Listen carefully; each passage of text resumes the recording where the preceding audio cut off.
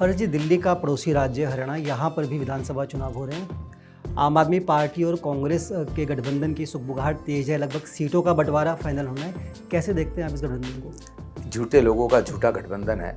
जैसे इन्होंने लोकसभा में आम आदमी और कांग्रेस ने दिल्ली में तो गठबंधन कर लिया, लेकिन पंजाब में गठबंधन नहीं किया। क्यों?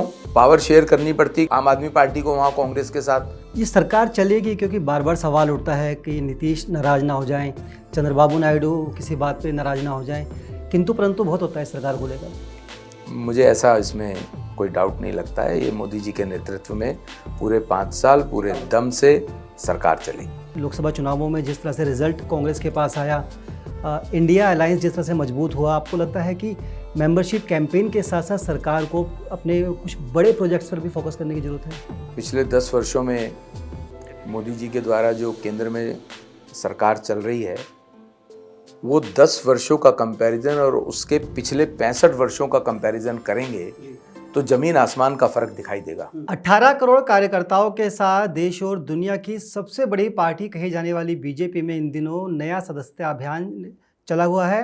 बीजेपी का लक्ष्य है कि इस नई मेंबरशिप कैंपेन के माध्यम से लगभग 10 करोड़ लोगों को भाजपा के साथ जोड़ेंगे। इसके साथ साथ प्रधानमंत्री नरेंद्र मोदी का जो विज़न है देश के लिए, उस विज़न को भी आगे बढ़ाने की कोशिश करेंगे। कैसे पूरी कैंपेन चल रही है, इसके साथ साथ केंद्रीय स्तर पर कॉरपोरेट मामलों में क्या कुछ खास है, इसी मुद्दे पर बातचीत करेंगे। आज हमारे स्टूडियो में हमारे खास मेहमान पूर्वी दिल्ली से सांसद और केंद्रीय कॉरपोरेट राज्य मंत्री हर्ष मल्होत्रा जी हैं। हर्ष जी, बहुत बहुत स्वागत है आपका नवोदय। नमस्कार। नमस्कार। कई राज्यों में आपकी सरकार है और केंद्र में भी तीसरी बार हैट्रिक बनी है, बीजेपी की सरकार है। इसके साथ साथ आप लोग अब साइड बाय साइड कैंपेन भी चला रहे हैं जिसमें लोगों को भाजपा क्या कर रही है, भाजपा कैसे देश को आगे बढ़ा रही है, इस विज़न पर भी काम कर रहे हैं। तो कहाँ तक आपका कैंपेन पहुँच रहा है, मेंबरशिप कैंपेन, और उद्देश्य क्या है इसके पीछे? भारतीय जनता पार्टी विश्व की सबसे बड़ा राजनीतिक दल है और देश में भी जो 1500 के लगभग राजनीतिक दल हैं, उसमें केवल एक भारतीय जनता पार्टी ऐसा राजनीतिक दल है जिसके आंतरिक भी लोकतंत्र व्याप्त है। और हम अगर लोकतंत्र की बात देश की राजनीति में करते हैं तो हम अपनी पार्टी के अंदर भी, अपने संगठन में भी लोकतंत्र की बात करते हैं। उसी निमित्त हर 6 साल के बाद भारतीय जनता पार्टी की सदस्यता का नवीनीकरण होता है। वो अभी प्रारंभ हुआ। इसमें शीर्ष नेतृत्व आदरणीय मोदी जी, हमारे राष्ट्रीय अध्यक्ष आदरणीय जगत प्रकाश नड्डा जी से लेकर के हमारी बूथ समिति का प्रत्येक सदस्य एक बार फिर सदस्य बनता है भारतीय जनता पार्टी का, और हम अपने सदस्यों के माध्यम से जनता तक जा रहे हैं। और जनता को मोदी जी ने जो पिछले 10 वर्षों में देश के लिए काम किया है, 140 करोड़ जनता के लिए जो उन्होंने काम किया है, प्रत्येक व्यक्ति तक मोदी जी की सरकार का लाभ पहुंचा है, वो हम बात कर रहे हैं और उनसे निवेदन कर रहे हैं कि राष्ट्र निर्माण के लिए आप लोग भारतीय जनता पार्टी के सदस्य बने। 2014 में जब सदस्यता अभियान डिजिटली प्रारंभ हुआ था तो उस कैंपेन में हमारे 11 करोड़ सदस्य बने थे। आज मैं मानता हूं हम उस टारगेट को भी क्रॉस करेंगे और आज जनता भी भारतीय जनता पार्टी का साधारण सदस्य बनना चाहती है। जी, दिल्ली के अंदर विधानसभा चुनाव नज़दीक हैं और दिल्ली के अंदर आपकी सरकार है, मतलब आम आदमी पार्टी की सरकार है। आपके एरिया में भी कैंपेन चला, आप खुद झुग्गियों में नज़र आए, कार्यकर्ताओं के साथ थे, वोटरों से आप बातचीत कर रहे थे, नए लोगों से आप बातचीत कर रहे थे। आपको लग रहा है कि सेंध लगा पाना बीजेपी के लिए आसान होगा? आम आदमी पार्टी और जो कांग्रेस का जिसे हार्डकोर वोटर कहा जाता है, खास तौर पे जे क्लस्टर झुग्गी वाला, कैसा रिस्पॉन्स है इन लोगों का? रिस्पांस बहुत अच्छा है, बहुत मार्वलस है। वही रिस्पांस अभी हमने लोकसभा चुनाव में भी देखा। उन्हीं बस्तियों में मोदी जी के काम को वोट मिला है और दिल्ली के अंदर 7 सांसद अच्छे मार्जिन से जीत करके आए हैं, क्योंकि मोदी जी की जो बस्तियों, झुग्गी बस्तियों की जो नागरिक हैं, उनके लिए भी मोदी जी ने सबसे बड़ी बात तो जो राशन, दिल्ली के अंदर 81 लाख राशन कार्ड होल्डर्स जो हैं, उन सबको कोविड के समय में जब सबसे ज़्यादा ज़रूरत थी, उनको राशन बिना किसी कॉस्टिंग के फ्री में राशन मिला। क्योंकि वो लोग रोज़ कमाने रोज़ खाने वाले लोग थे, उनके भोजन की व्यवस्था की मोदी जी ने और उसको इस बार का जो बजट है, उस बजट में भी उसको अगले 5 साल तक के लिए कंटिन्यू किया है। कोविड के समय में प्रत्येक व्यक्ति को 220 करोड़ से ज़्यादा पूरे देश में वैक्सीनेशन हुआ है, उन सब की जान बची है। तो मोदी जी की नीतियों से लोग प्रसन्न हैं, उनको आशीर्वाद दे रहे हैं और भारतीय जनता पार्टी की सदस्यता भी ग्रहण कर रहे हैं। लेकिन आम आदमी पार्टी का दावा है कि दिल्ली में फिर से उनकी सरकार बनेगी। अरविंद केजरीवाल जी को बीजेपी के इशारे पर एजेंसियों ने जेल में रखा हुआ है और अरविंद केजरीवाल ने भी दलील दी है। वो कह रहे हैं कि समाज से मुझे कोई खतरा नहीं है, मैं देश से भागने वाला नहीं हूँ, मुझे बेल दी जाए। देखिए, बेल का काम तो न्यायालय का है। कानून की प्रक्रिया जो होगी उसके हिसाब से जो होगा वो सर्वमान्य भी होगा। पर अरविंद केजरीवाल अब तक के सबसे बड़े भ्रष्टाचार शराब घोटाले में जेल में हैं। उनके उप मुख्यमंत्री 19-20 महीने जेल में रह करके अभी कंडीशनल बेल पर बाहर आए हैं। जी। तो इतना बड़ा भ्रष्टाचार, इतना बड़ा धोखा दिल्ली की जनता के साथ, इतने वायदे करके कुछ ना करना, तो दिल्ली की जनता इस बात को अच्छे से समझ रही है। और अरविंद केजरीवाल ने तो, जब अरविंद केजरीवाल जी की निगम में सरकार बनती है तो 1.5 साल के अंदर अभी तक कुछ नहीं कर पाए हैं। दिल्ली कूड़ा कूड़ा है, जरा सी बारिश होती है तो अब तो वो ये भी नहीं कह सकते निगम ने नाले साफ नहीं किए। आज से 1.5 साल पहले तो कभी बारिश में पानी भरता था तो बोलते थे कि निगम ने नाले साफ नहीं किए। अब तो 1.5-2 साल से निगम में आम आदमी पार्टी की सरकार है। तो बेसिकली आम आदमी पार्टी के लोगों को, नेताओं को काम करना नहीं आता। इनकी पॉलिसी पैरालिसिस है, इम्प्लीमेंटेशन पैरालिसिस है। इनकी सरकार को ये पता ही नहीं है कि इन्होंने अब तक 10 साल में दिल्ली की सरकार में कौन सी बात के लिए पॉलिसी बनाई है। दिल्ली की इंडस्ट्री पॉलिसी है क्या? दिल्ली के व्यापारियों के लिए कोई पॉलिसी है क्या? दिल्ली की हेल्थ के लिए कोई पॉलिसी है क्या? दिल्ली की स्कूल्स के लिए कोई पॉलिसी है क्या? 1000 स्कूल हैं दिल्ली के अंदर, दिल्ली सरकार के, उसमें से 800 स्कूलों में प्रिंसिपल नहीं है। ये कैसा शिक्षा का मॉडल है इनका? तो इस बार दिल्ली की जनता इनको बाहर का रास्ता दिखाने वाली है। जी। आपने कहा कि एमसीडी में भी आम आदमी पार्टी की सरकार है। चूंकि आप खुद निगम में रहे हैं, कद्दावर नेता के तौर पर आपकी पहचान रही है, एजुकेशन कमेटी में आपने काम किया, मेयर के तौर पे आपने काम किया।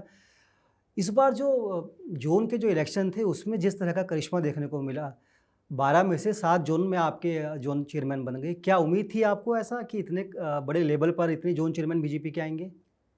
देखिए, ये तो सिंपल मैथमेटिक्स है, इसमें कोई मैजिक वाली बात नहीं झटका हुई दिया है। लेकिन आपने आम आदमी पार्टी को। क्योंकि उनके अपने लोग, जो उनके कॉरपोरेटर्स हैं, उनको अपनी पार्टी पर विश्वास नहीं है। वो खुलेआम भारतीय जनता पार्टी में 3-4 कॉरपोरेटर उन्होंने ज्वाइन किया है। और जो इम्पोर्टेंट बात, जोन के चुनाव में 7 जोन में भारतीय जनता पार्टी का आना तो है ही, लेकिन इससे ज़्यादा इम्पोर्टेंट बात यह है कि मेयर को बने हुए 1.5-2 साल हो गए और किसी भी कॉरपोरेशन के अंदर, विशेष तौर से दिल्ली के अंदर एमसीडी में, दिल्ली की एमसीडी में फाइनेंशियल सिस्टम स्टैंडिंग कमेटी बनाती है। जो बड़े खर्चे हैं वो स्टैंडिंग कमेटी के द्वारा पास होकर के हाउस में पास होते हैं, तब वो दिल्ली की जनता के लिए फायदेमंद हो पाते हैं जी। पर इन लोगों की एनार्किस्ट बिहेवियर ऐसा है कि 1.5 साल में आज तक स्टैंडिंग कमेटी नहीं बनती है। ये उसको रोक के बैठे हैं। मेयर ने नोटिफाई करना है और अभी भी नोटिफाई किया जब एलजी साहब के माध्यम से कि जोनल कमिटीज के इलेक्शन होने हैं, तो ये कोर्ट चले गए। विरोध कर रहे थे इलेक्शन का। इलेक्शन का टाइम विरोध नहीं कर मिल रहे पाया थे। उनको पूरा। टाइम क्यों नहीं मिल पाया? एमएस ने जब नोटिफाई किया तो पूरा समय मिला। समय यहां तक भी मिला कि इनके लोगों ने नॉमिनेशन भी किया है। उसके बाद जिस दिन इलेक्शन चल रहा था उससे पहले इन्हें आरओ डिसाइड करने थे, रिटर्निंग ऑफिसर इलेक्शन करवाने के लिए, वो इन्होंने नहीं किए रात को 11 बजे तक। तो कमिश्नर साहब को इसमें एलजी साहब के माध्यम से इंटरफियर करना पड़ा। डीसीज को इलेक्शन करवाने के लिए बनाया, तो मेयर साहबा उसमें भी डीसीज को लेटर लिख रही हैं कि आप ये इलेक्शन नल एंड वॉइड है, इसे बंद कर दीजिए, और खुद वोट देने गई हुई थी। अगर उनको इतना ही प्रोटेस्ट था तो उनके कॉर्पोरेटर्स ने क्यों नॉमिनेशन किया, क्यों वो वोट देने गए और स्वयं भी वोट देने गई?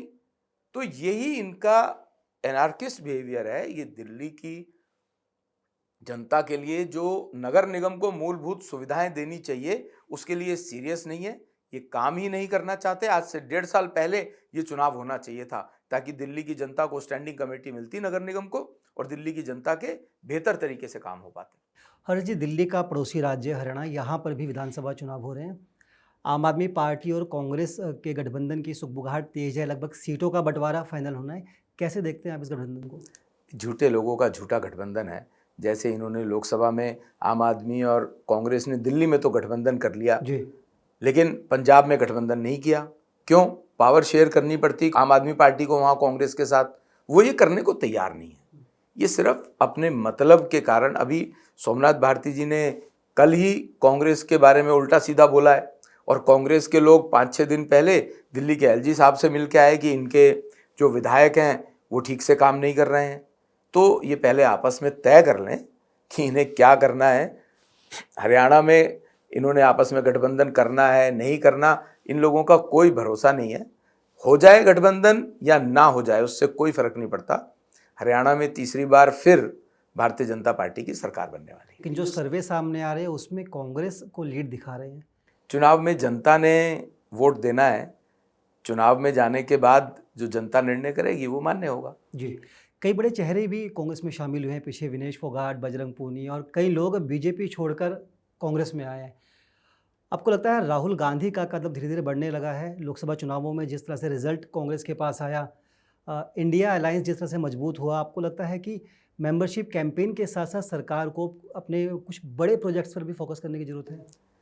देखिए, पिछले 10 वर्षों में मोदी जी के द्वारा जो केंद्र में सरकार चल रही है, वो 10 वर्षों का कंपैरिजन और उसके पिछले 65 वर्षों का कंपैरिजन करेंगे तो ज़मीन आसमान का फ़र्क दिखाई देगा। एक दो उदाहरण ही दे देता हूँ सिर्फ, कि 2014 से पहले देश के अंदर 90,000 किलोमीटर के हाईवेज थे। आज देश में 1,45,000 किलोमीटर के हाईवे हैं। मतलब 65 सालों में 90,000 किलोमीटर और अगले 10 सालों में 55,000 किलोमीटर का हाईवे बनता है। 2014 से पहले 12 किलोमीटर प्रतिदिन नेशनल हाईवे बना करते थे, आज 30 किलोमीटर प्रतिदिन के हिसाब से नेशनल हाईवे बन रहे हैं।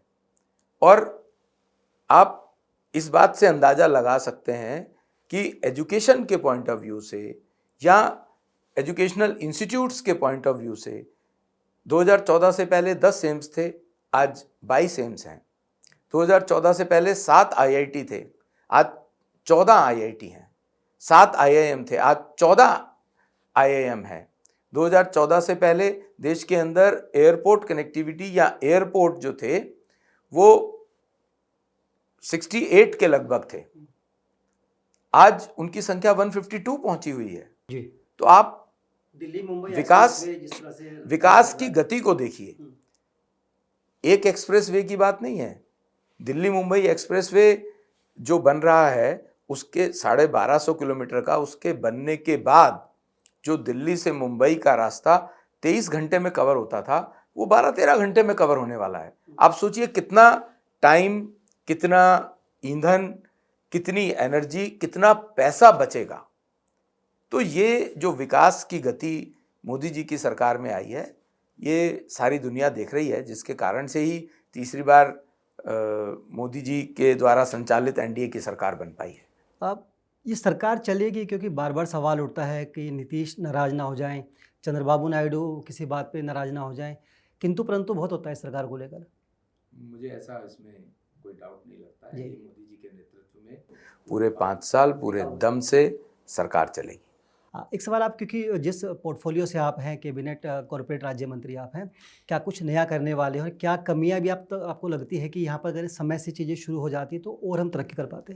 क्या कुछ ऐसा आपने 2014 के बाद से जो कॉर्पोरेट अफेयर्स मंत्रालय है, हमारा मंत्रालय पहला ऐसा मंत्रालय था जिसने 2016 में कंपनीज के इनकॉर्पोरेशन के लिए मैनलेस सिस्टम क्रिएट किया था, जिसके कारण से जो कंपनीज हैं उन कंपनीज को अपना प्रोसीजर्स में टाइम वेस्ट ना करना पड़े, अपना टाइम वो अपने कंपनी के बिजनेस में लगाएं। आज किसी कंपनी को इनकॉर्पोरेट करना है, पहले ज़्यादा समय लगा करता था, 2014 से पहले महीना 2 महीने लगा करते थे, आज 3 दिन में कंपनी इनकॉर्पोरेट हो जाती है। और न केवल इनकॉर्पोरेट होती है, वो सब कुछ फेसलेस है, ऑनलाइन है, अपने प्रॉपर डॉक्यूमेंट्स जमा कीजिए, 3 दिन में कंपनी इनकॉर्पोरेट हो जाती है।